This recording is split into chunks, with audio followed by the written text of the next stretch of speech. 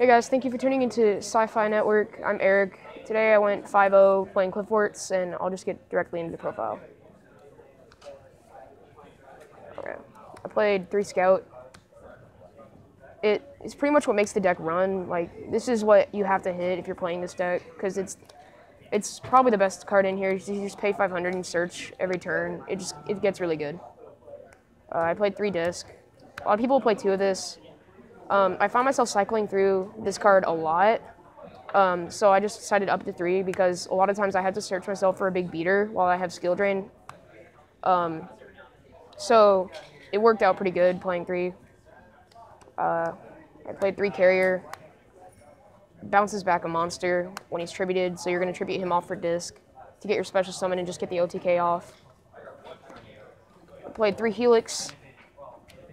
This guy pops back row. I'll usually end up siding out probably one of this going into the second duel.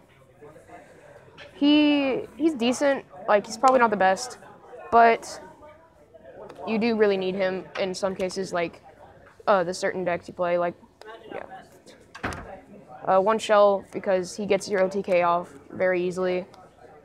You're going to want to search him out with Scout when you have basically your good field presence. Opening him's not too bad, though. Played double Odd Eyes. I thought about 1. 2 worked out really well just because a lot of times, sometimes I would brick. Like, this deck already is super consistent. Sometimes it does brick, but when I did brick, I usually had this in my hand so I could get myself into Scout even though it was a turn later. I played 2 Trampolinics. So basically how this works, here, I'll get back to this. The Scouts. You're going to have 1 Scout on field. You're going to summon off Trampolinics and bounce your Scout to use his effect again. So that's why you run that card. That's the monsters. I think it's 17 monsters. Alright, I ran a pretty heavy spell count. I was trying to make it as consistent as possible, so you'll pretty much see. 3 Sacrifice. Like, this card shouldn't have been made, it's just broken. So it's basically a Scout. It searches off when it hits the grave. So if you tribute someone off and this gets off the field because you tributed what the monster was attached to, then you can search to your hand another one and just pendulum all your stuff back and just OTK from there. It also can't be destroyed by battle and it gains 300 attack. I played 3 MSTs, mostly for mirror. Playing the Qliphort mirror match, this becomes a really important card. Just because it's when you play the mirror, it's just to see who can get the OTK off quickest. So you really need this to take out their Scout and make them pay their cost and everything like that. I played 3 Pots for first turn consistency.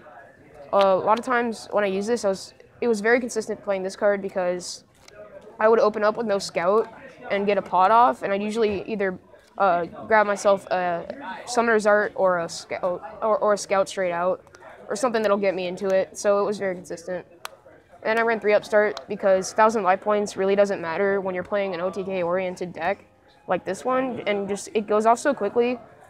You just need to have your combo pieces as quick as possible. I ran 3 Summoner's Art because it searches out your Scout, and the Scout's like almost the win condition. Then I ran 1 Limiter Removal because this makes the OTK real quick.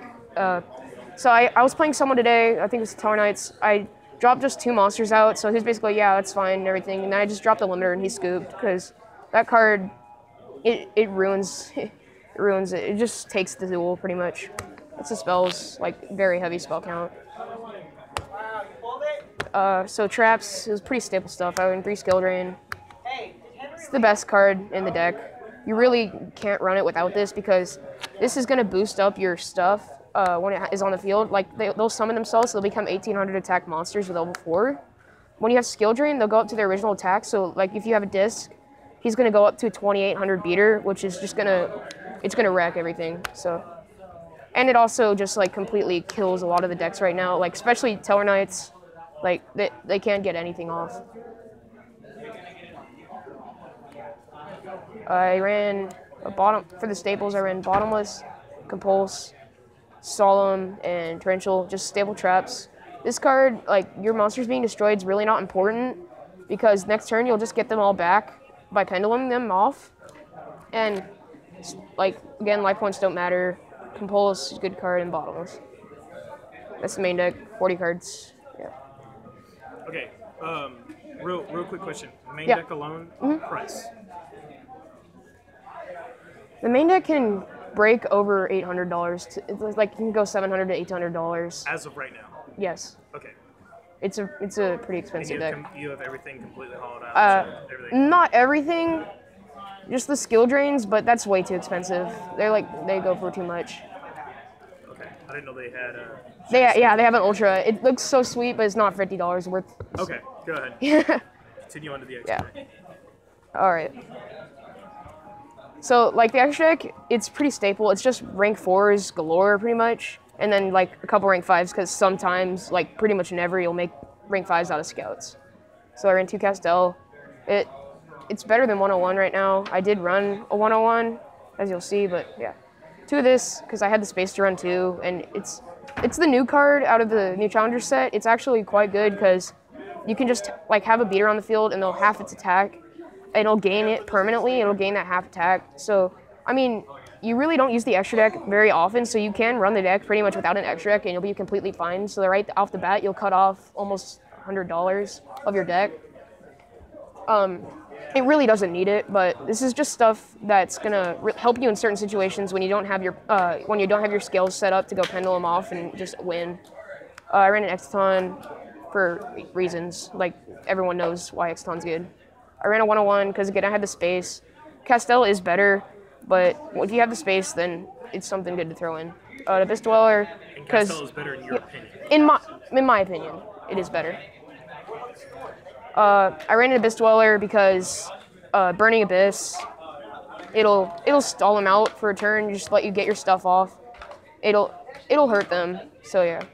I ran a Heartland Draco. Rank 4s have the space. It's a staple extra deck. It's just rank 4s into 5s. Cowboy, you have them low, go for game. Emerald, you really don't need this card. It's just like sometimes they'll negate your summons. You'll have enough to go into an Emerald and recycle stuff. It's really not worth it to play this though. A Rhapsody Berserk, Light Sworns, Teller Knights, a lot of decks like Burning Abyss too. It just keeps them from recycling their stuff, and yeah. This decks that run tanky, anything that'll boost attack, it's really good because it can work on any turn. It'll destroy the monster, and it's 2400 a beater. So I ran 2 of this because I don't have really any other rank 5s. You don't go into the rank 5s, you really don't need them. It's just not worth it. But if you have the space, you can go into them. It's just very rare. And then a Gaia Charger for when you do go into rank 5s.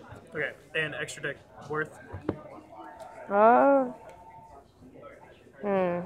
About north of $100? No, less than that. So 80, north- like 70 to 80. 70 to 80? Okay, now is there anything in here other than shining out anything that you would do financially differently if you had the financials? Well, obviously, if you're getting the staple stuff that came out in the Megatins, get the Megatins because you don't want to drop like $10 more than you need to. Okay. But the main deck, these come in commons. I mean, they're much less. Okay, and your consistency with your builds. What's your consistency on winnings?